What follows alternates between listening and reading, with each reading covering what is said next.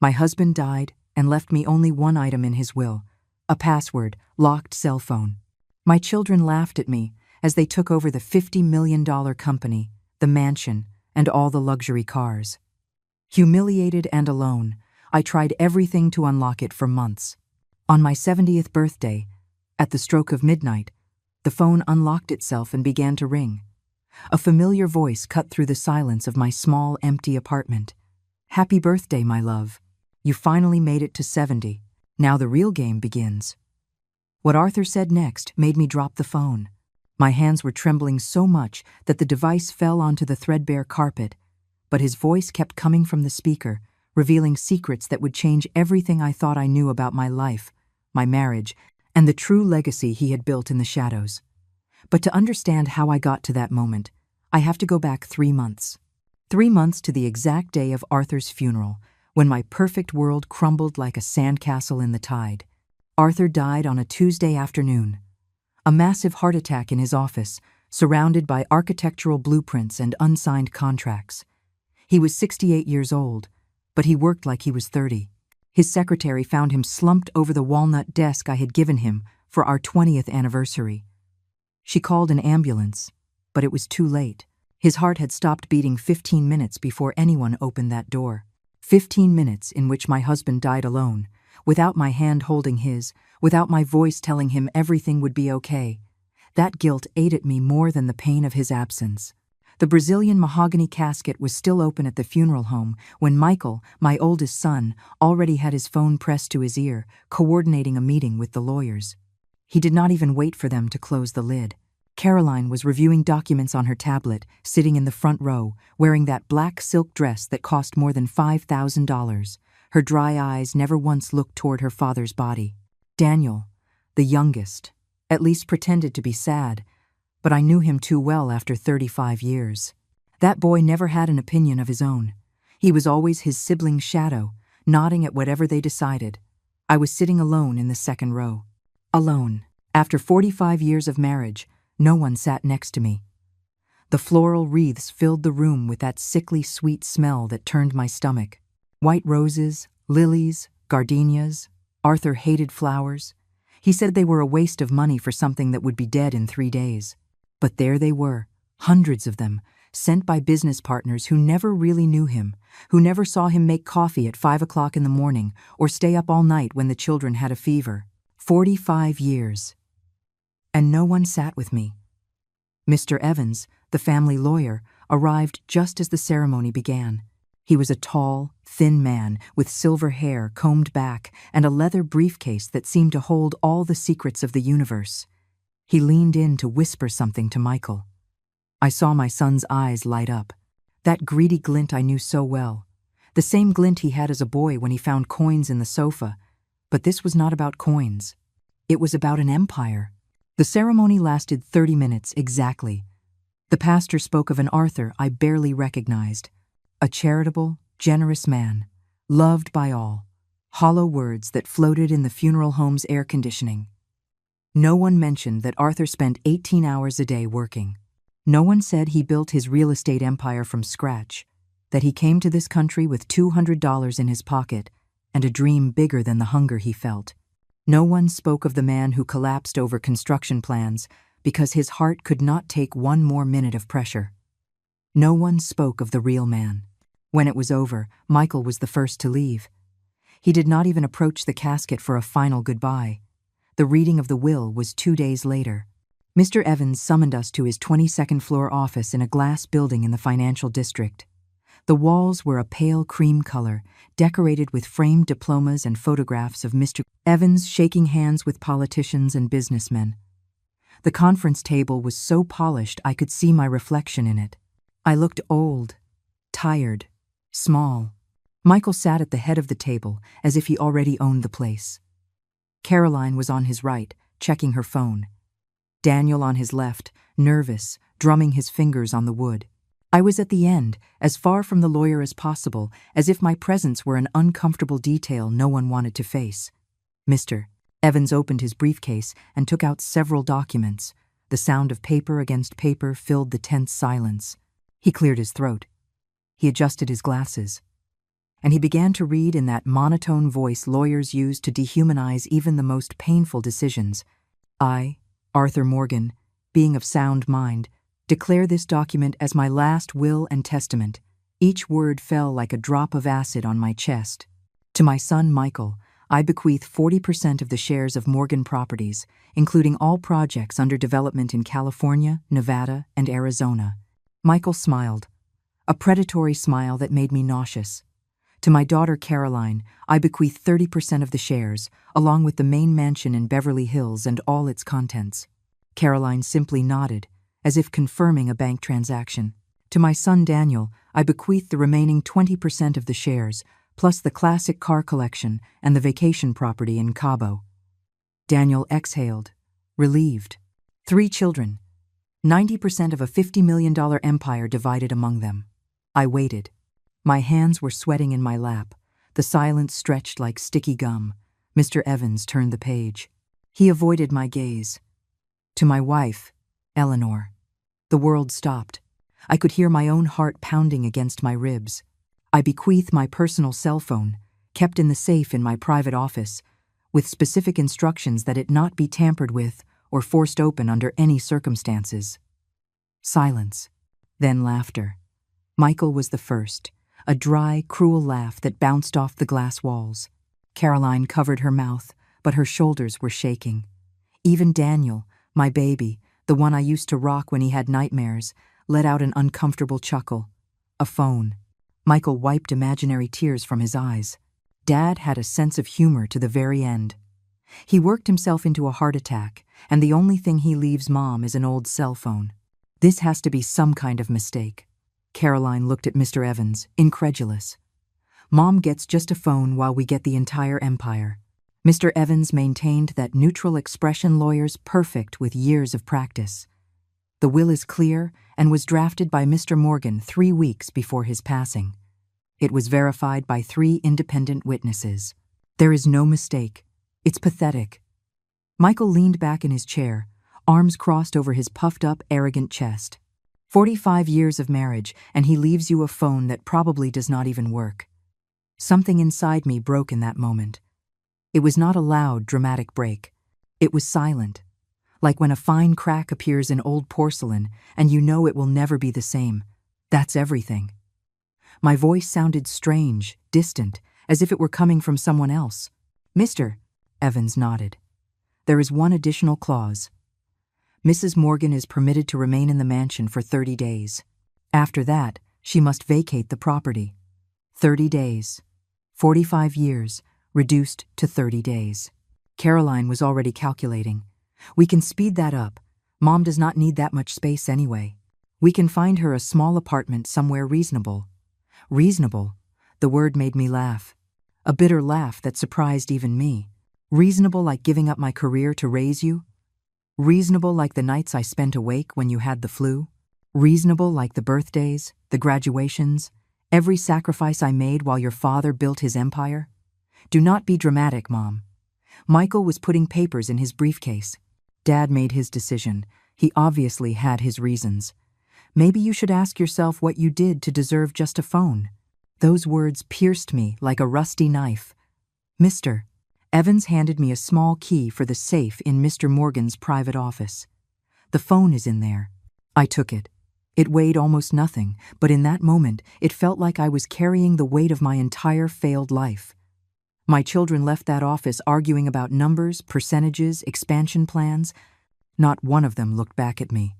I stayed seated, staring at that tiny key in my wrinkled palm, wondering how an entire life could fit into such a small object. I went to get the phone that same afternoon. Arthur's office was exactly as he had left it the day he died. The blueprint still spread across the walnut desk, a half-finished cup of coffee next to the computer mouse, the scent of leather and pipe tobacco clinging to the burgundy curtains.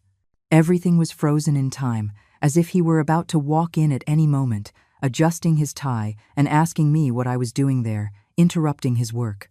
The safe was built into the wall behind a huge painting, an abstract piece in orange and gray tones that I always hated but that Arthur insisted was a valuable investment. I moved the heavy frame aside. My hands trembled as I inserted the key into the lock. The mechanism made a soft, delicate click, completely disproportionate to the weight of what I was about to discover. Inside was a single object, a cell phone, an old model, the kind no one uses anymore, with a small screen and physical buttons. It was turned off. I took it out carefully, as if it were a fragile relic or a bomb about to explode. The plastic was cold against my skin. It was heavier than I expected. I found the power button and pressed it. The screen flickered. The brand logo appeared. Then, a background image, a photograph of us from our wedding day. Me at 25 years old, in an ivory dress, flowers in my hair, smiling as if the whole world belonged to me. Arthur beside me, so young, so full of dreams, we did not yet know if would come true. We looked happy, so stupidly happy. Then the lock screen appeared. Enter password. 6 empty circles, waiting for numbers I did not know. I tried the obvious first. Our anniversary date, 030879, error. The screen shook, rejecting my attempt. I tried his birthday, 150456. Error again. Michael's birthday. Error. Caroline's. Error. Daniel's. Error after error after error. After 10 failed attempts, a warning appeared in red letters. Too many incorrect attempts. Try again in 30 minutes. I sank into Arthur's leather chair, that enormous piece of furniture where he spent hours signing contracts and making decisions that moved millions. It still smelled like him. Like that expensive cologne he wore, mixed with the scent of old papers and ambition. I held the phone against my chest and, for the first time since his death, I truly cried. I did not cry at the funeral. I did not cry at the will reading. But there, alone in his office, surrounded by his things, with that stupid phone in my hands, I fell apart. The tears fell, hot and bitter, soaking my cream-colored blouse. I cried for the 45 years. I cried for the woman I had been, the brilliant architect who gave up her career to be a wife and mother. I cried for every family dinner where my children barely looked at me. I cried because my husband died alone in this office, his heart exploding from pressure, and I was not there to hold his hand. And I cried because part of me was furious with him, furious because he left me this humiliation, this cruel riddle. Why not just leave me something normal? Money? A property? A letter explaining why he hated me so much? But not a locked phone. As if even after death, Arthur was still playing his games of control. I spent the next 30 minutes searching his office for clues. I checked every desk drawer. I found bank statements, construction contracts, old photographs of finished projects. In the bottom right drawer, there was a box of Cuban cigars he never opened and a bottle of 30-year-old whiskey he saved for special celebrations. Nothing that looked like a password. Nothing that explained why this phone was my only inheritance. When the 30 minutes were up, I tried again. The date we met. Error. The street number of our first house. Error. The last 6 digits of his social security number. Error. Too many incorrect attempts. Try again in 60 minutes. The waiting time was doubling each time. It was a security system designed to thwart hacking attempts or to torture desperate widows. I left the office as it got dark. The 30 days I had to vacate the mansion were slipping away fast.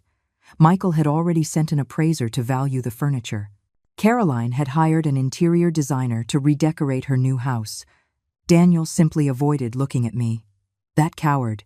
That night, lying in the king-sized bed I had shared with Arthur for 45 years, I tried the phone again. I tried combinations of numbers that had personal meaning. The number of my old architecture firm. Error. The address of the first property Arthur bought. Error. The year Michael was born. Error. Too many incorrect attempts. Try again in 120 minutes. 2 hours. The phone was punishing me for my ignorance. The days dragged on like slow torture. During the day, I watched my children dismantle the life Arthur and I had built. Michael sold 3 of his father's classic cars in the first week. Caroline hired a moving company to catalog and pack everything of value. Daniel settled into the Cabo property and posted pictures on social media, drinking cocktails by the infinity pool. At night, I tried to decipher the phone. I tried numerical sequences, historical dates Arthur used to mention. Lucky numbers. zip codes of places we lived. Nothing worked. The wait time increased exponentially. 4 hours, 8 hours, 16 hours. The phone was becoming inaccessible. In the third week, Michael walked into my bedroom without knocking. I was sitting on the bed, the phone in my hands, dried tears on my cheeks, still messing with that thing. His voice dripped with contempt. "Mom, it's pathetic. It's an old phone. Dad probably left it there forgotten years ago, and the lawyer thought it was important. Your father never forgot anything." My voice was hoarse from so much silent crying. "Whatever." Michael shrugged. "We need to talk about your situation. The 30 days are up in a week. Caroline found an apartment for you. 1 bedroom, bathroom, kitchenette. It's small, but enough for 1 person. 1 bedroom. It's all you need. You're not going to have visitors. Your friends stopped calling years ago because you never had time for them. You were too busy being the perfect wife." The cruelty in his voice was like venom. "The apartment costs $900 a month. We'll pay the first 6 months. After that, you'll have to figure it out." "Figure it out?" I'm 66 years old. I have not worked in 45 years. How am I supposed to figure it out? "Not my problem, Mom. Dad made his decisions. Maybe you should have been a better wife." Michael left the room, leaving those words stuck in my chest like rusted daggers. That night, I tried the phone again. My fingers trembled over the numbers. There were almost no logical combinations left to try. I entered my birthday. I was 66, turning 67 in 3 months. Incorrect password. Too many attempts. Device will be locked for 30 days. 30 days. The same amount of time I had to leave my home. The phone shut down completely. The screen went black, dead, unresponsive to any button. I shook it. Desperate. I tried to turn it on again. Nothing. Arthur had left me an impossible puzzle, and now I could not even keep trying to solve it. The move was humiliating. 2 men in gray uniforms packed my few belongings into cardboard boxes. Clothes. Some books. Photographs that no one else wanted. Everything fit in the back of an old van. 45 years of life reduced to 8 boxes. Caroline personally supervised to make sure I did not take anything of value. She checked every box, every bag, as if I were a thief in my own home. "It's just protocol, Mom. Do not be offended." Do not be offended. As if humiliation were optional. The apartment was exactly as Michael had described it. A room with worn-out beige walls, a window that looked out onto a dirty alleyway, a bathroom so small the toilet and shower barely fit. The kitchenette consisted of a 2-burner electric stove and a refrigerator that made unsettling noises every 20 minutes. The men left the boxes in the middle of the room and left. I sat on the thin mattress that came with the rental. Arthur's phone was in my purse, still off, still locked, still mocking me. Outside, the city lived its normal life. Cars passed. People laughed. The world kept spinning while mine had stopped completely. I took out the phone and looked at it. The black screen reflected my face. I looked old, destroyed, defeated. "What did you want me to find, Arthur?" I asked the dead device. "Why did you do this to me?" Silence was its only answer. The days in that apartment turned into a routine of survival and obsession. Every morning I woke up on that thin mattress that creaked with every move, staring at the water-stained ceiling, wondering how I had ended up here. The woman I once was, the brilliant architect who designed buildings, who had dreams bigger than the sky, had disappeared so long ago I could not even remember her face. The phone remained on the makeshift nightstand, an overturned wooden crate I found in the building's trash. It was still off, dead. It had been locked for 2 weeks, and I counted every hour that passed until the 30 days were up and I could try again. The money Michael promised arrived only once. $600 deposited into my account with a handwritten note. "We reduced the amount. We feel you spend too much." $600 for rent, food, utilities, medicine. My blood pressure required pills that cost $80 a month. I decided to skip doses to make them last longer. I ate once a day. Cheap bread from the discount supermarket. Sometimes a piece of cheese when it was on sale. Hunger became my constant companion.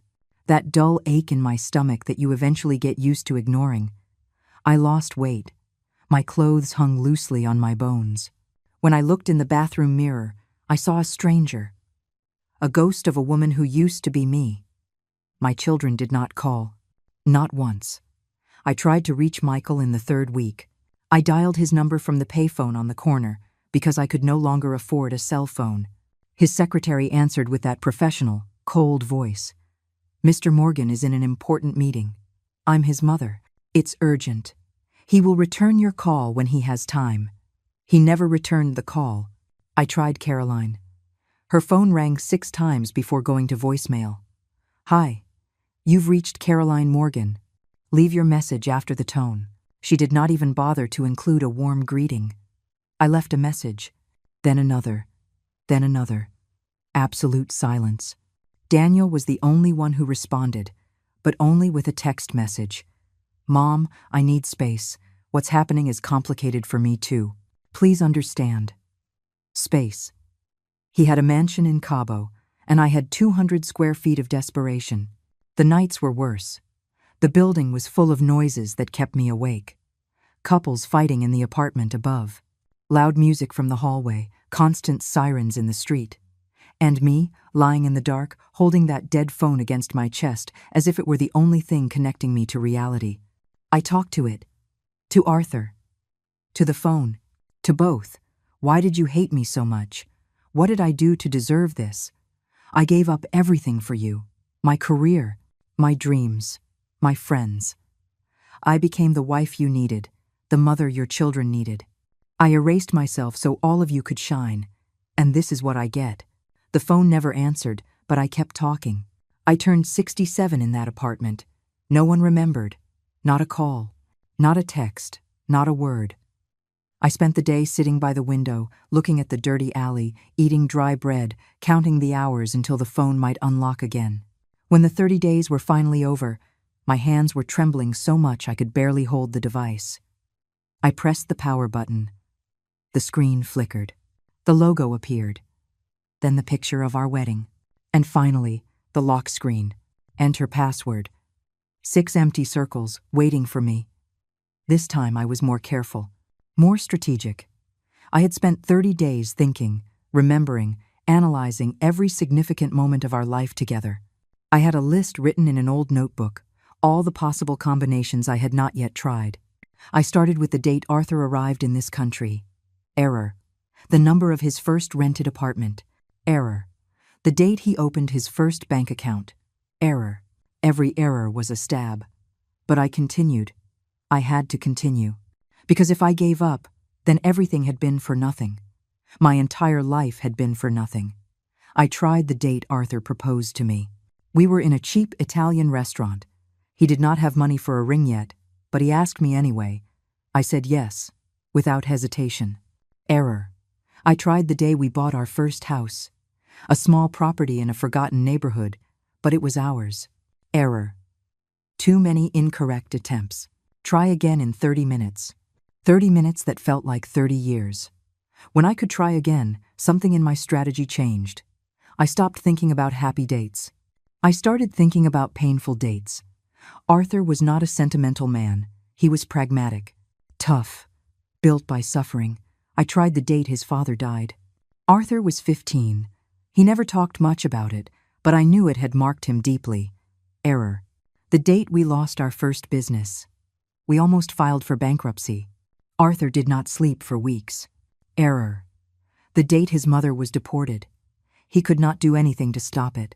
He was 19 and felt completely powerless. Error. Too many incorrect attempts. Try again in 60 minutes. This was becoming an endless nightmare. Every failed attempt sank me deeper into despair. I started to wonder if Arthur had simply chosen a random password. Something meaningless. Just random numbers to torture me forever. But no, Arthur never did anything without a purpose. Every decision he made in his life had a calculated reason behind it. This phone was no different. There was an answer. I just had to find it. 2 more months passed. The money from Michael stopped coming completely. I called the office again. This time, not even the secretary answered. Just a machine with automated options that led me in an endless circle. I left desperate messages. Please. Nothing. I started selling my things. First, the clothes that no longer fit because of the weight loss. Then, the books, the framed photographs, everything that had any value, however minimal. A thrift store gave me a few dollars for each load. It was not enough. It was never enough. But it kept me alive one more day. The landlord knocked on my door on the morning of the 3rd month. He was a heavy-set man, with breath like beer and eyes that showed no compassion. "Mrs. Morgan, you owe 2 months' rent. I know. My children promised to pay. But I do not care about your children. I need the money, or you'll have to leave. Please, I just need a little more time. 2 weeks. If you do not pay, I'm kicking you out." He closed the door, leaving the ultimatum hanging in the air like a death sentence. 2 weeks. $1,800 that I did not have and no way to get. That night, sitting on the mattress, my stomach empty and my heart even emptier, I held the phone in my hands. I was not even trying to unlock it anymore. I just stared at it, looking for answers in its dark screen. "Arthur, if there's any part of you still in this world, I need you to give me a sign. Anything. Because I cannot do this anymore. I'm breaking. I'm not strong anymore. I'm nothing." The phone remained silent.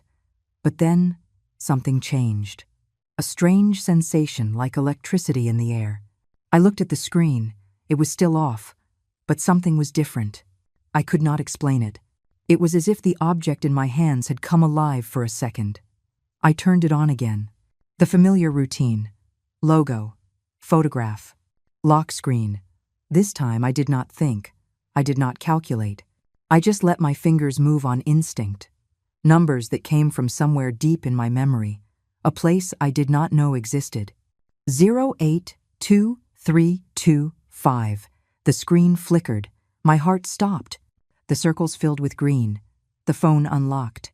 The screen lit up with an almost blinding brightness in the darkness of my miserable apartment.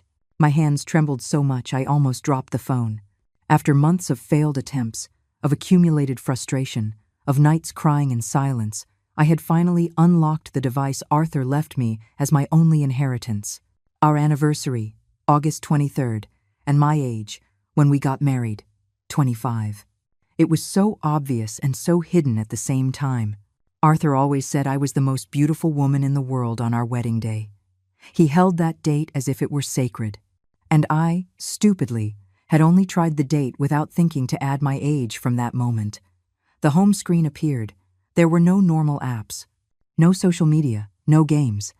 Just 3 icons in the center of the black screen, a folder called For Eleanor, a calendar with one date marked in red, and a voice recorder app. My fingers hovered over the screen, not daring to touch anything.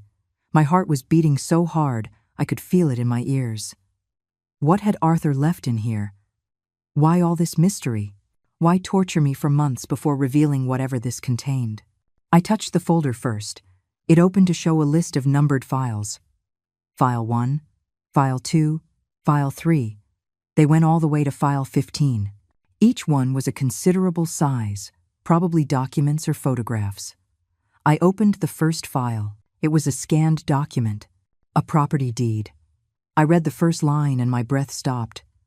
Property registered in the name of Eleanor Morgan. An address in San Diego. A 4-story commercial building in a premium downtown area. Estimated value, $3,200,000. And it was in my name. It had been in my name for the last 8 years. My eyes scanned the document, unable to process what I was seeing. Arthur's signature was there, along with notary seals, dates, everything legitimate. This was not a joke or a mistake. It was real. I opened the second file with trembling fingers. Another property deed. This time an apartment complex in Portland. 24 rented units. In my name. Value, $2,800,000. The third file. An industrial warehouse in Las Vegas. $1,400,000. In my name. Fourth file. Fifth. Sixth. I kept opening documents like a woman possessed. Properties all along the West Coast. Buildings. Land. Investments. All registered in my name. All with impeccable legal documentation. all worth millions. When I finished reviewing all 15 files, my hands were shaking so badly I had to drop the phone onto the mattress. The numbers danced in my head. I added them up mentally, though I could barely think straight. $42 million. $42 million in properties I never knew existed, all legally mine, hidden for years in records I never checked because I trusted Arthur implicitly to handle the finances. The world was spinning around me. The walls of the miserable apartment seemed to be closing in. The air became thick, hard to breathe. This could not be real. It was too much. It was impossible. But there were the documents. Scanned, signed, real. Arthur had left me a secret empire. While my children were fighting over their $50 million, I had $42 million hidden in properties that no one else knew about. And according to the documents, all these properties were generating income. Rents, profits, money that had been flowing into a bank account I also did not know I had. I exited the folder and touched the calendar icon. It opened to show a single marked day, October 18th. My 70th birthday. It was exactly 3 weeks away. There was a note attached. Everything will be revealed on this date. Wait, my love, wait. 3 weeks. Arthur wanted me to wait 3 more weeks before revealing everything. But why? What else was there? He had already left me a fortune. What else could there be? I touched the third icon. The voice recorder. There was a single recording saved. Duration, 43 minutes. Date of recording. 2 weeks before Arthur died. 2 weeks before his heart exploded in that office, surrounded by blueprints and contracts. My finger hovered over the play button. A part of me wanted to press it immediately, to hear his voice again, to understand what the hell was going on, but another part was afraid, a deep primal fear of what that recording might contain. The tears started to fall before I could stop them. They were not tears of sadness. They were tears of confusion, of anger, of relief, of 1,000 contradictory emotions hitting me all at once. Why did you not tell me anything? I spoke to the phone as if Arthur could hear me. Why did you let me suffer? Why did you put me through all this? But I knew Arthur. I knew how he thought, how he planned, how every move he made had 10 calculated steps ahead. This was not pointless cruelty. It was a test, or a lesson, or both. I wiped my tears with the back of my hand. I took a deep breath, and I pressed the play button. Static. Then a clearing of the throat, and then his voice, as clear as if he were sitting next to me. Hello, Eleanor. If you are listening to this, it means I managed to keep this plan secret until the end. It means I died without telling you anything. And it means you have been through the hell I designed specifically for you. His tone was calm, serene, like when he explained business contracts or financial decisions. I know you are furious with me right now. You have every right to be. I left you a locked phone while our children got everything visible. I made you look like the fool, the forgotten one, the one who was worthless. And worse, I let them humiliate you. I let them kick you out of your own home. I let you go hungry and cold in some horrible place. A pause. I could hear his heavy breathing on the recording. I'm sorry, my love. I'm sorry for every second of pain I caused you. But I needed it to happen exactly like this. I needed our children to show who they truly are when they think they have won everything. I needed the world to see them without their masks. And more importantly, I needed you to see yourself without me. My hand covered my mouth. The tears were falling silently. For 45 years, you were my wife, my partner, the mother of my children. But somewhere along the way, you forgot who you were before you were all of that. You forgot the brilliant architect, the woman with her own dreams. You became my shadow, and I allowed it because it was easier for me, more convenient. His voice broke, slightly. This phone is not just an inheritance, Eleanor. It is your liberation. The documents you found are real. The money is yours. It always was. I built that parallel empire using your name, because I knew that one day you would need to be independent. I knew our children would become greedy monsters. I watched them grow up and refused to see it clearly. That was my greatest failure as a father. The recording continued. Every word was a hammer striking my heart. In 3 weeks, you will turn 70. On that day, this phone will unlock the rest of the plan. But for now, I want you to know something. You are not alone. You never were. And what comes next will change everything. Static. End of recording. I sat in the darkness, the phone still in my hands, processing what I had just heard. I did not sleep that night. I could not. I stayed sitting on that thin mattress, holding the phone as if it were a sacred object, replaying Arthur's recording over and over until I had memorized every word, every pause, every breath. His voice filled the empty apartment, making it feel less lonely, less miserable. But it also filled my head with 1,000 questions that still had no answers. What else had he planned? What would happen on my 70th birthday? Why wait so long? He had already given me the properties. He had already given me a fortune I did not even know existed. What else could there be? When the sun began to filter through the dirty window, illuminating the cracks in the walls, I made a decision. I would not tell my children anything. Not yet. Arthur had designed this as a test, as a calculated revelation. If he had waited until my birthday to reveal everything, then I would wait too. I wanted to see just how far their greed would go, how far they were willing to sink me before the truth came out. The next few days were strange. I was still the same poor woman living in that awful apartment, eating cheap bread, counting pennies. But now, there was a secret burning inside me, a knowledge that changed everything. I walked the streets feeling as if I had an invisible superpower.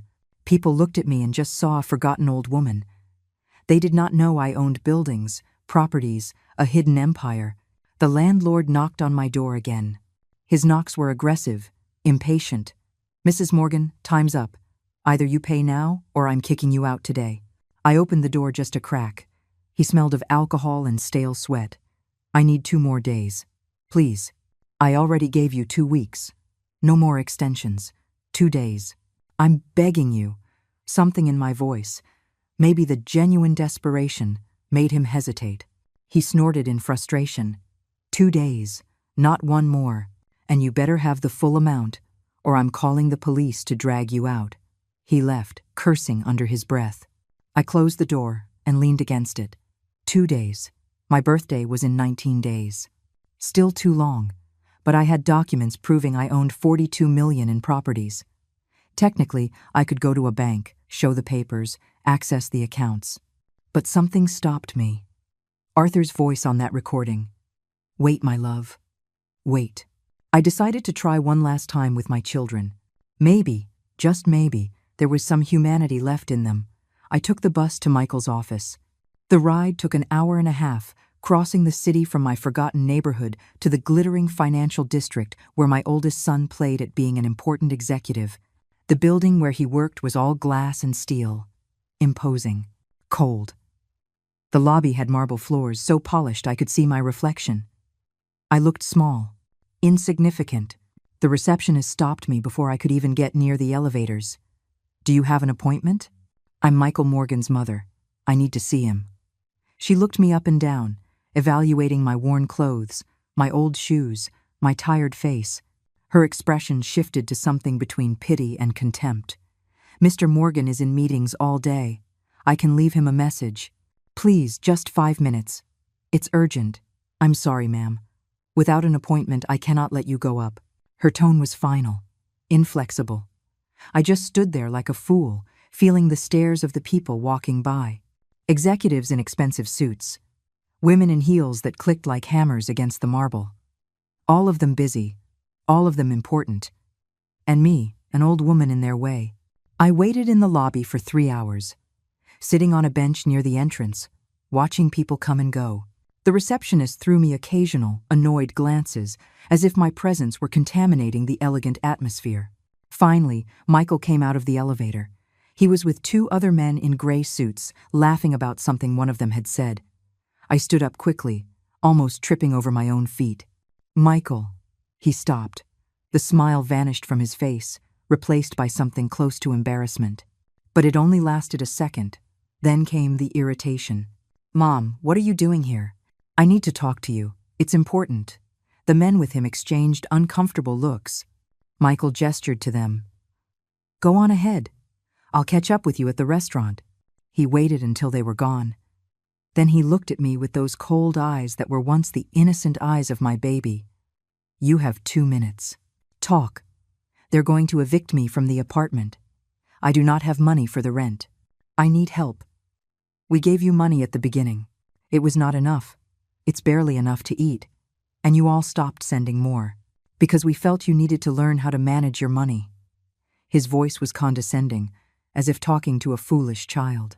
"Michael, I'm your mother. How can you leave me on the street? Dad made his decisions. He knew what he was doing. If he left you just a phone, it was for a reason. That phone?" I stopped. I almost said it. I almost revealed everything right there. But something held me back. The way he was looking at me. Like I was a problem he needed to solve quickly so he could get back to his important life. "That phone is all I have left of him." "Exactly. So keep it as a memento and move on. Get a job. I do not know, clean houses or something. You're 67 years old, not 100. You can still be useful." Every word was a slap. But the worst part was his expression. Indifferent. Bored. As if this conversation were a waste of time he could be using to make more money. "Is that all I'm worth to you? After everything I did for you all? Oh, Mom. Always so dramatic. You did what mothers are supposed to do. No one asked you to be a martyr." He checked his expensive watch. "I have to go. Good luck with your situation." He turned and walked toward the glass door. He did not look back. Not once. I stood in that lobby like a pillar of salt. The receptionist was watching me with a mix of pity and relief that I was finally leaving. The tears wanted to come, but I swallowed them. Not here. Not in front of all these people. I left the building and walked aimlessly for hours. My feet hurt, but I did not care. The physical pain was easier to handle than the ache in my chest. That enormous void where my children's love used to be. When I got back to the apartment, it was already dark. I found a note taped to my door. It was from the landlord. "Final notice. Pay tomorrow or I will be forced to take legal action." I sat on the floor in the hallway, my back against the door, holding that note. Arthur's phone was in my purse. I took it out and looked at the screen. The calendar still showed that marked date. October 18th. It was still 18 days away. "Arthur, I do not know if I can wait that long," I whispered to the phone. "I do not know if I'm as strong as you thought I was." But then I remembered something from the recording, something I had overlooked in my first listen. Arthur had said, "You are not alone. You never were." What did that mean? I was completely alone. My children had abandoned me. I had no friends because I had neglected them for years to take care of my family. I had no one. Unless Arthur had left something else. Someone else. I went back into the apartment and opened the phone. I checked every icon, every folder, looking for something I had missed, and then I saw it. In the bottom corner of the screen, almost invisible, a contacts icon. I opened it. There was a single number saved, no name, just a number with a California area code. My finger hovered over the call button. Should I do it? Who was this person? Why had Arthur left only this contact? I took a deep breath. I pressed call. The phone rang 3 times. 4. 5. I thought no one would answer. But then, a man's voice, older, warm. "Hello, Eleanor. I've been waiting for your call." My voice got stuck in my throat. This man on the other end of the line knew my name. He had been waiting for me, but I had no idea who he was. Who? Who is this? I finally managed to articulate, my fingers gripping the phone so tightly my knuckles turned white. "My name is Antonio Garcia. I was Arthur's best friend for 40 years. I am also his personal attorney, different from Mr. Evans, who handled the family's corporate affairs." His voice was gentle, patient, as if he perfectly understood my confusion. "Arthur asked me to wait for your call. He told me it would come exactly when you needed it most. I do not understand any of this. I know, and I am deeply sorry for what you have been going through." Arthur told me the whole plan. At first I thought he was crazy, that it was too cruel to make you suffer like this. But he insisted. He said it was the only way for you to wake up. Wake up from what? From 45 years of being invisible, of being someone else's shadow, of forgetting who you were. Antonio paused. You found the property documents. Yes, I still cannot believe they're real. They are completely real and legal. Every one of those properties has been generating income for years. The money has been accumulating in a special account in your name. There is currently about $6,300,000 in cash available, in addition to the value of the properties. My legs gave out. I had to sit on the mattress before I fell.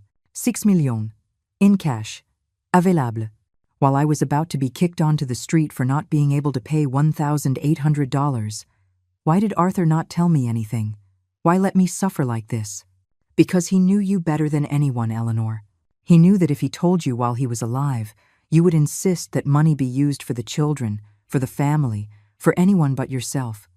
You were always like that, always putting yourself last. He was right. Antonio was completely right. If Arthur had told me he had that secret empire, I would have insisted it be given to Michael, to Caroline, to Daniel. I never would have considered that I deserved something for myself. What am I supposed to do now? For now, nothing. Arthur was very specific about that. He wants you to wait until your birthday. Everything will be fully revealed then. There is more than what you have seen so far. More? What more could there be? I cannot tell you. Arthur made me swear not to interfere with his plan, but I can help you with your immediate situation. I understand you are about to be evicted. Tomorrow. If I do not pay tomorrow, they're kicking me out. That is not going to happen. I am transferring $10,000 to you tonight. Use it to pay the back rent and have something to live on until your birthday. The money is coming from your own account. It is not charity, it is yours. I do not know what to say. Do not say anything. Just hold on a little longer. It's only 17 days. Arthur was right about many things, but especially about you. You are stronger than you think. His voice softened. One more thing, Eleanor. Your children know nothing about this.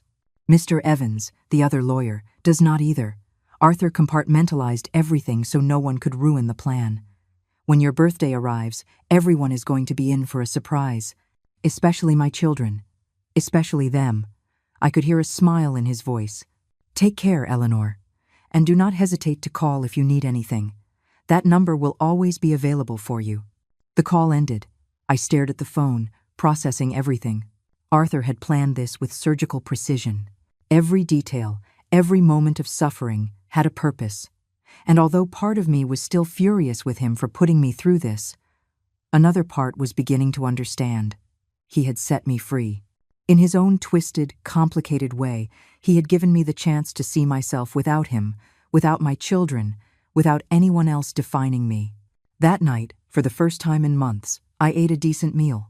I used the last few dollars I had to buy chicken, rice, and vegetables. I cooked on that tiny electric stove, and the aroma filled the apartment, making it feel almost like a home. While I ate, I checked my phone constantly, waiting for the transfer Antonio had promised. It arrived at 11 o'clock at night.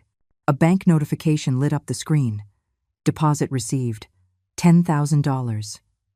I stared at those numbers until my eyes filled with tears. They were not tears of sadness. They were tears of relief, of hope, of something I had not felt in so long. I had almost forgotten what it felt like. The next morning, I went straight to the landlord's office. It was on the first floor, a small room that smelled of cigarettes and old files. He was sitting behind a messy desk, surprised to see me. Mrs. Morgan, I'm here to collect or to call. I placed an envelope on his desk. Inside was $2,000 in cash. I had withdrawn it early that morning from an ATM. Here is the back rent plus next month, all in cash. He opened the envelope, counted the money twice, looking at me with a mixture of surprise and suspicion. Where did you get this? That is not your problem. We're settled.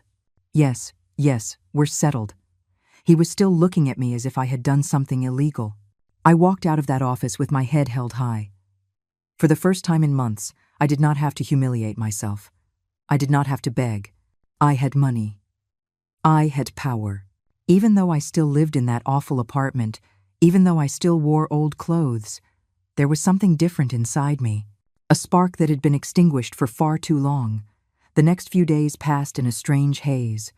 I was still the same Eleanor on the outside, but inside, something fundamental had changed. I walked the streets and saw the world differently. I no longer felt like a victim. I felt like someone biding her time. I tried contacting Caroline again. This time, to my surprise, she answered. Mom. Her voice sounded annoyed, as if I had interrupted something important. Caroline, I just wanted to know how you are. Busy. The mansion needs a complete remodel. The designer says everything is outdated.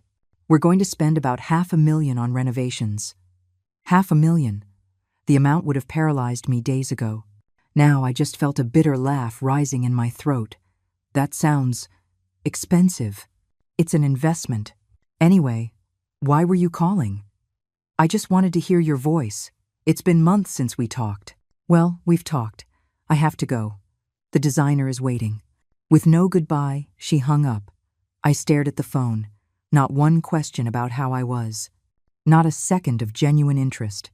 Caroline was so consumed by her new wealth that she had completely forgotten her mother existed. Daniel had not called either. Michael was still ignoring my messages. All three were too busy enjoying their inheritance to remember the woman who gave them life. But I was not angry anymore. I was at peace. Because I knew something they did not. And in 17 days, everything would change. I spent that time preparing myself mentally. I reread the property documents. I listened to Arthur's recording. I spoke with Antonio occasionally, who gave me updates on how the properties were generating more income each month. I also started taking better care of myself. I ate 3 meals a day. I slept better.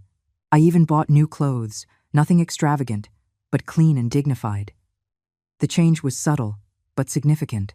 And every night, before going to sleep, I looked at the calendar on Arthur's phone. 17 days, then 16, 15, 14, counting down to the revelation that would change everything. The days dragged on with painful slowness, but at the same time, they flew by. Every morning I woke up with a mix of anticipation and terror. What would happen when my birthday arrived? What else had Arthur planned? The uncertainty gnawed at me, but it also kept me alive in a way I had not experienced in decades. 10 days before my birthday, I received an unexpected call. It was not from Antonio. It was from Mr. Evans, the family's corporate lawyer. My heart sped up. Had he discovered something? Had Arthur's plan leaked? Mrs. Morgan, I need to see you. It's urgent. His voice sounded tense, almost nervous. About what? I would prefer to discuss it in person. Can you come to my office tomorrow at 2 o'clock in the afternoon? I had no way to refuse without raising suspicion. I'll be there. I barely slept that night. My mind created 1,000 different scenarios. Maybe Michael had discovered the properties. Maybe Mr. Evans had found some irregularity in the will. Maybe Arthur's entire plan was about to fall apart before its conclusion. I arrived at Mr. Evans's office 15 minutes early. I was wearing one of my new dresses, a dark gray color, simple but respectable. The same receptionist who had seen me months ago, broken and desperate, now looked at me differently. She still did not know I had a fortune, but something in my posture, in the way I walked, had changed. Mr. Evans had me come in immediately.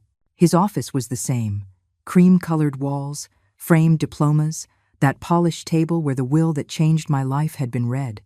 But this time, he was not alone. Michael was there. So were Caroline and Daniel. All three were sitting in the same chairs they had occupied on that terrible day. And they were all looking at me with expressions I could not quite decipher. Worry? Guilt? Fear? Sit down, Mom. Michael pointed to the empty chair at the end of the table, the same place where they had humiliated me months ago. I sat down slowly, keeping my expression neutral. My heart was pounding like a war drum, but I was not going to let them see it. Mr. Evans cleared his throat, adjusted his glasses, and spoke in that professional tone he used to mask discomfort. Mrs. Morgan, I've called you here because a complicated situation has arisen. Over the past few weeks, we have been auditing the finances of Morgan Properties as part of the transition process, and we have discovered certain irregularities. Irregularities. I kept my voice calm. Depths. Michael interjected, his face tense. Massive debts that Dad hid in the corporate structure. Loans with sky-high interest rates. Projects that are losing money. Contracts with penalty clauses that are destroying us. Caroline looked pale, her hands trembling slightly. We are in serious trouble, Mom. The company we thought was worth $50 million actually owes nearly $40 million. We are on the verge of bankruptcy. A heavy silence filled the office. I processed this information with a mixture of shock and growing understanding. Arthur had done this. He had structured his visible empire as a trap, a beautiful, golden trap that was now closing in on my children. "Why are you telling me this?" I asked finally. "Mr. Evans exchanged glances with my children before continuing. "Because legally, you are still part of the Morgan family, and there may be certain assets in your name that could help resolve this crisis." There it was, the real reason for this meeting. They were desperate and thought I might have something of value hidden somewhere. "I have nothing," I said simply. "You were there when the will was read. I received a phone. That's all. That phone." Michael leaned forward. "Did you manage to unlock it?" My mind worked quickly. I could lie. I could say no. But something in me wanted to see how far they would go. I wanted to see if there was any spark of real humanity, or if this was all just financial panic disguised as family concern. Yes, I unlocked it. The three of them tensed visibly. Mr. Evans leaned forward, anxiously. And what was inside? Old photographs, voicemails, memories. It was not entirely a lie. Those things were there too. I just had not mentioned them. Nothing of monetary value. The disappointment on their faces was palpable. Michael leaned back in his chair, running his hands through his hair in frustration. "This is a disaster. Dad left us a rotten empire. Why would he do something like that? Because he wanted to teach you a lesson," I thought. "Because he wanted to show you that greed has consequences. Because you became exactly the kind of people he despised." But I did not say any of that. I just sat there, watching them fall apart. Caroline started to cry. Not delicate, pretty tears. Ugly, desperate tears from someone watching her perfect world collapse. I'm going to lose the mansion. The designer already spent $200,000 on renovations, and now I cannot pay him. He's going to sue me. Daniel looked sick, his skin a greenish hue. I sold 2 of the classic cars for way too little because I needed cash fast. Now I find out those cars were collateral for a loan. I'm in serious legal trouble. I observed all 3 of them. My children, the people I grew up loving, and I felt nothing. Not joy in their suffering, but not compassion either. Just a void where a mother's unconditional love used to be. "I'm sorry for you," I said, and it was genuine. I was sorry. I was sorry they had reached this point. I was sorry Arthur had to teach them in this brutal way. But I do not know how I can help. Could you talk to Mr. Evans? Michael now sounded almost pleading. See if there's any way to reclaim a part of the inheritance. Something Dad might have overlooked. Anything. After 45 years of marriage, your father left me a phone. Do you really think he overlooked anything? I let the irony hang in the air. You received everything. I received nothing. Those were his decisions. But you were his wife. And you are his children, I interrupted. If he wanted to punish me with nothing, what makes you think he did not want to punish you with debts? The silence that followed was uncomfortable, tense. Mr. Evans coughed nervously. There is another option. The 3 of you could file for corporate bankruptcy. You would lose the company, the properties, everything. But you could start over. Start over?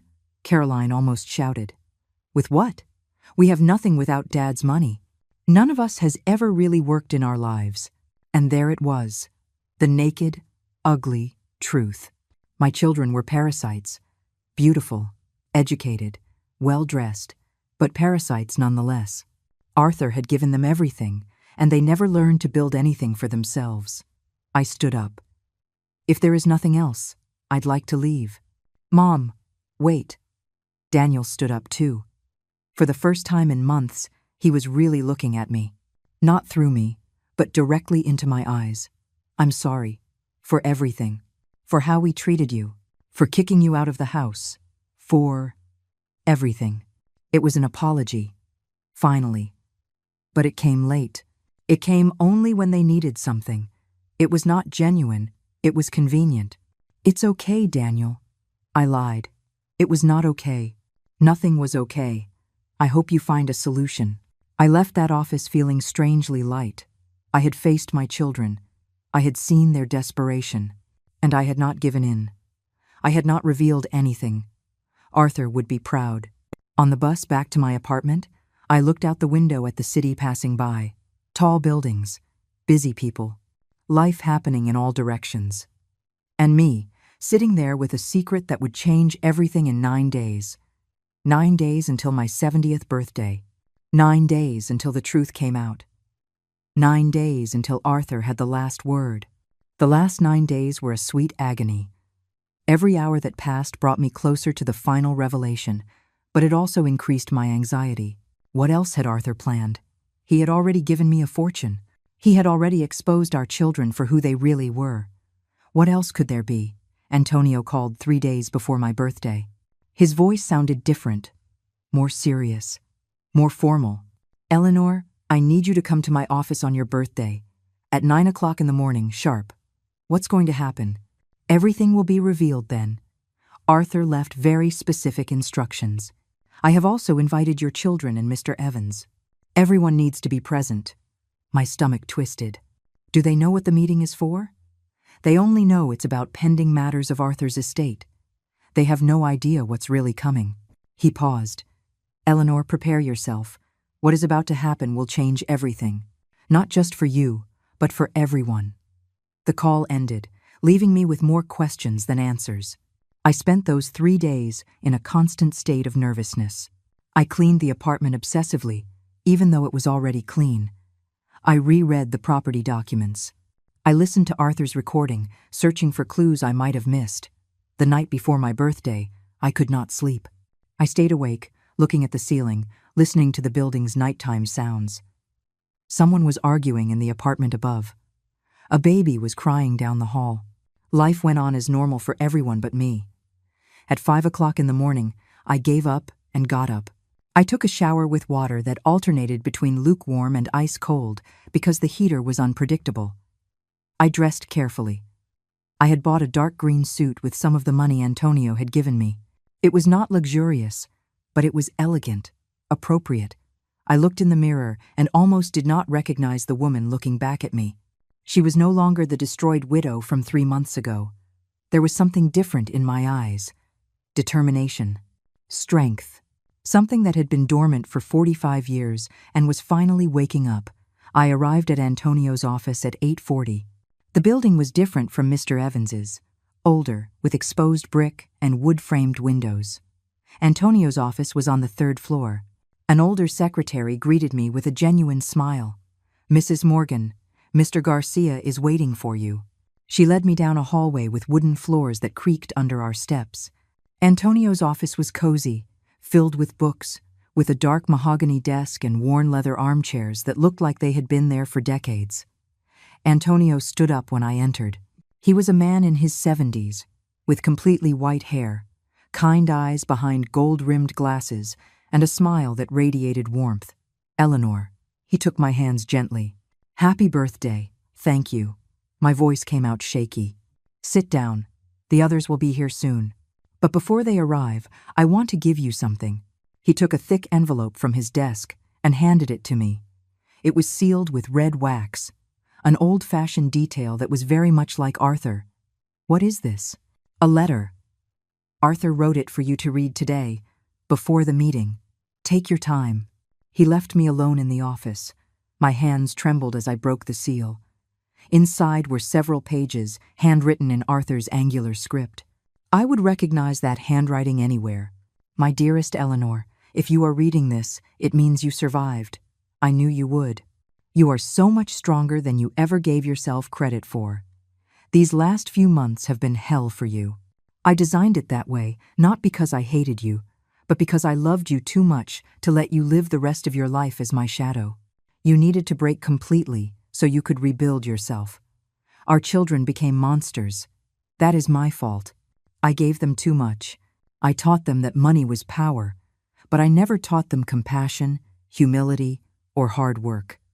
When I saw what they had become, I knew I had to do something drastic. The empire they inherited is real, but it is structured to teach them a lesson. All those debts, all those problems, are consequences of decisions I made intentionally.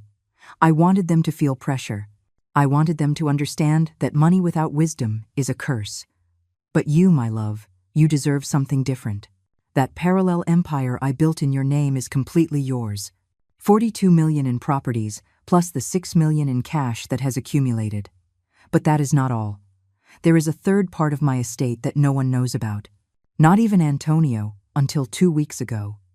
For the last 15 years, I have been investing in tech companies, international real estate, and investment funds under a shell corporation registered in Delaware. That corporation is worth approximately $68 million, and it is entirely in your name. Adding it all up, you are the owner of more than $116 million. You are one of the wealthiest women in California, and no one knows it. Today, in this meeting, Antonio will reveal all of this in front of our children. They will see your true power. They will see that the man they thought had forgotten you, in reality, gave you everything. But here is the most important part, Eleanor. That money is not for you to become like them. It is for you to rebuild your life on your own terms. Travel. Design buildings again. Pursue the dreams you sacrificed for us. Live. And about our children. That decision is yours. You can help them out of their debts, or you can let them learn the hard way. I will not judge you for whichever decision you make. I am in no position to judge anymore. I just want you to know that every decision I made, every moment of pain I caused you, was because I believed in you. In the woman you were before you met me. In the woman you can still be. Happy 70th birthday, my love. May these be the first of many more to come. Yours always, Arthur. The tears fell onto the paper, smudging the ink. But they were not tears of sadness. They were tears of release, of understanding, of forgiveness. Arthur had given me everything. Not just money. He had given me the chance to rediscover myself, to be strong, to be me again. The door opened. Antonio peeked his head in. They've arrived. Are you ready? I wiped my tears. I took a deep breath. I stood up, straightening my back, lifting my chin. I'm ready. We entered the conference room. Michael, Caroline, and Daniel were already there, sitting on one side of the table. Mr. Evans was with them, his expression confused. None of them understood why they were there. When they saw me walk in, their expressions were of shock. I was no longer the broken woman they had seen days ago in Mr. Evans's office. There was something different about me. Power, presence, control. I sat on the other side of the table, directly across from them. Antonio placed himself at the head, opening his briefcase and taking out documents. Good morning, everyone.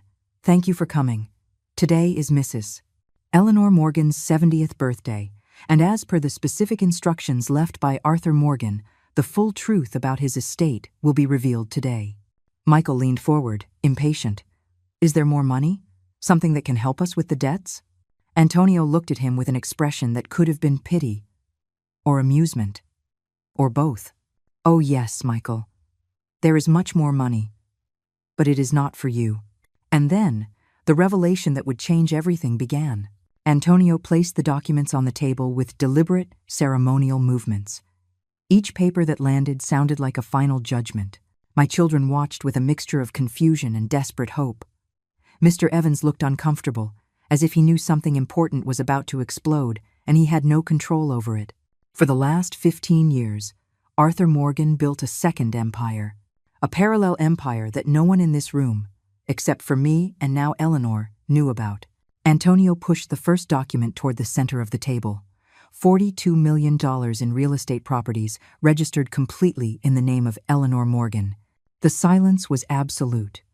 I could hear the clock ticking on the wall, the distant hum of the air conditioning, my own heart pounding like a war drum. Michael was the first to react. That's impossible. Dad would have told us. He would have included us in. He did not want to include you, Antonio interrupted coldly. In fact, he specifically excluded you. Here are the property records. Every building, every parcel of land, every investment, all in his wife's name. Caroline picked up one of the documents with trembling hands. Her eyes scanned the pages. Every line, every number. The color drained from her face with every passing second. This cannot be legal. Dad was not mentally well. He was under stress. Arthur Morgan was evaluated by 3 independent psychiatrists 1 month before his death. Antonio placed more papers down. All of them certified that he was in full command of his mental faculties. Every decision he made was deliberate, calculated, and completely legal. Daniel was staring at the table, his face buried in his hands. He did not even try to read the documents. I think in that moment, he understood before his siblings what had really happened. Their father had tested them, and they had all failed. But that is not all, Antonio continued, savoring every word. It was not cruelty, it was justice. Arthur also established a shell corporation 15 years ago. Investments in technology, international real estate, venture capital funds. That corporation is worth approximately $68 million. He pushed another set of documents forward, also registered completely in the name of Eleanor Morgan. Michael shot to his feet, his chair falling backward with a crash. This is bullshit. Dad cannot do this. We're his children, and she is his wife of 45 years. Antonio's voice was steel. The woman who sacrificed her career, her dreams, everything, so that you 3 could have the life you had. The woman you kicked out of her own home. The woman you let starve in a miserable apartment while you spent millions on unnecessary luxuries. Every word was a slap. Michael just stood there, shaking with rage and helplessness. Caroline was crying silently, her makeup running down her cheeks. Daniel was still, head in his hands, defeated. Mr. Evans finally spoke, his voice barely a whisper. What is the total estate? Adding the properties, the accumulated cash, and the shell corporation, Eleanor Morgan is the owner of approximately $116 million. Antonio leaned back in his chair. More than double what you 3 inherited. And unlike your estate, hers does not have a single dollar of debt. The silence that followed was devastating. All the arrogance, all the superiority, all the contempt my children had shown for months instantly evaporated. They looked at me as if seeing me for the first time. I was no longer the useless old woman. I was the wealthiest person in the room. Mom. Caroline tried to speak through her sobs. We did not know. If we had known. You would have been different, I interrupted. My voice was calm, but firm. You would have treated me with respect if you knew I had money? You would have loved me only because it was convenient? No one answered. Because we all knew the answer. I stood up slowly. For the first time in this meeting, all eyes were on me. But now it was not out of pity or contempt. It was out of respect, out of fear, out of the understanding that the balance of power had completely shifted. For 45 years, I became what you needed. The perfect wife, the sacrificial mother, the one who always put everyone else first. I walked around the table, my steps echoing in the room. And when your father died, you discarded me like trash. You humiliated me. You left me alone. You taught me that the love I gave you for your entire lives meant nothing. Michael opened his mouth to speak, but I stopped him with a look. Arthur gave me this fortune. But more importantly, he gave me the chance to see you without a mother's illusions. I saw you exactly as you are, greedy, cruel, selfish. I paused, and now I have a decision to make. The 3 of them tensed. They knew what was coming. The question that had been floating in the air since Antonio started revealing everything. You are in massive debt, on the verge of bankruptcy, and I have more than enough money to save you. Hope glittered in their eyes, pathetic, desperate, but I am not going to. The blow was visible. Caroline let out a whimper. Daniel shut his eyes tightly. Michael's hands clenched into fists until his knuckles turned white. Not because I am vengeful, but because your father was right. You need to learn this lesson, the hard way. You need to understand that money without values is a curse. You need to build something for yourselves for the first time in your lives. I walked to the door. Then I stopped and turned one last time. If someday, not tomorrow or next month, but someday, in the future, when you have learned humility, when you understand the value of hard work and compassion, if at that moment you come to me as children who truly love their mother and not as beggars looking for money, then maybe, just maybe, we can rebuild what was broken. I walked out of that conference room with my head held high. Behind me I heard sobs, muffled shouts, the sound of a world collapsing, but I kept walking. Because for the first time in 70 years, I was walking toward my own future, not someone else's. Antonio caught up with me in the hallway. He was smiling. Arthur would be proud. I know. And I did. I could feel it, as if his spirit were there, watching, finally at peace. 3 months later, I was standing in front of a new building in the center of the city. My building. Not as an investment, but as my new architecture studio. Eleanor Designs, the sign on the entrance read. Small, modest, but mine. I had hired 3 talented young architects. I paid them well. I taught them everything I knew. And for the first time in decades, I was creating again, designing, building, living. My children had not called. I heard from Antonio that they had filed for corporate bankruptcy. Michael was working at a real estate firm as a regular agent. Carolyn had sold the mansion and was living in a normal apartment. Daniel had gone back to college to finish a degree he abandoned years ago. Maybe one day they would come to me, maybe not. But I was at peace with both possibilities. Because I finally understood what Arthur had been trying to teach me. The greater the humiliation, the greater the preparation. What seemed like the end was only the beginning of who I really was. It took me 70 years to find myself, but it was worth every second of pain. I looked at the phone Arthur had left me, now kept on my desk like a relic. I smiled. Thank you, my love, for believing in me when I did not believe in myself, for giving me wings when I thought I only deserved chains, for reminding me that it is never too late to start over. Outside, the city shined with infinite possibilities, and I, Eleanor Morgan, was finally ready to live them all.